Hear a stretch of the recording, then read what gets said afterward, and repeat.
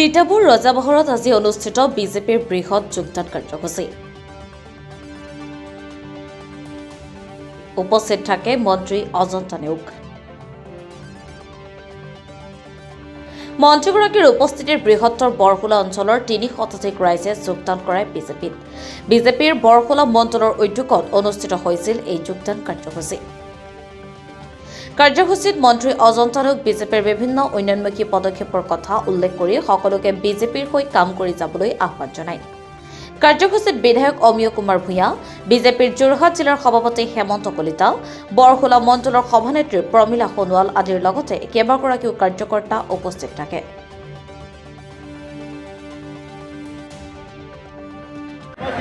আজি বৰখোলা মণ্ডলৰ অধীনত প্ৰায় ৩০০ৰো অধিক বিভিন্ন দলৰ কংগ্ৰেছ বা অন্যান্য দলসমূহৰ ব্যক্তিসকলে যোগদান কৰিছে। আপোনালোকে স্বচক্ষে দেখিছে ৰাইজৰ মাজত আচলতে এতিয়া আস্থাৰ বিশ্বাস ভাৰতীয় জনতা পাৰ্টিৰ প্ৰতি হৈছে।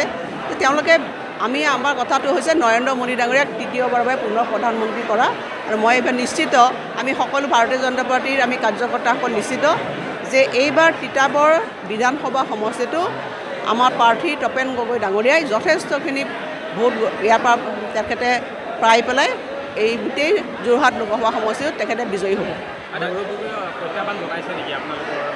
চব নিৰ্বাচন হ'লে ভাৰতীয় জনতা পাৰ্টি সদায় চিৰিয়াছ।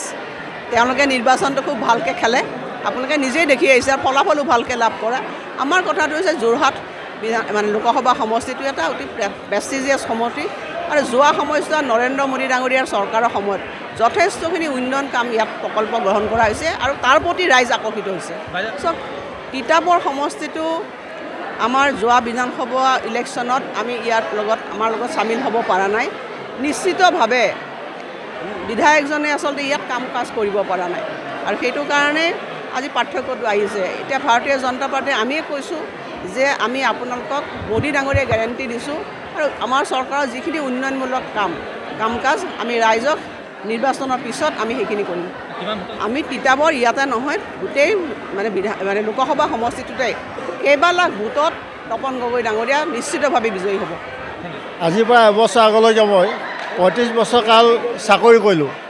চাকৰিৰ পৰা ৰিটায়াৰ হোৱাৰ পিছত মই ভাবিলোঁ যে ৰাইজৰ কাম কৰোঁ।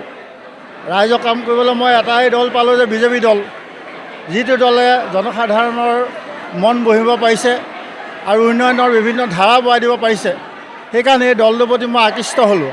আকৃষ্ট হৈ পুনৰ ৰাইজক সেৱা কৰিম বুলি এই দলত অংশগ্ৰহণ কৰিলোঁ। ধন্যবাদ।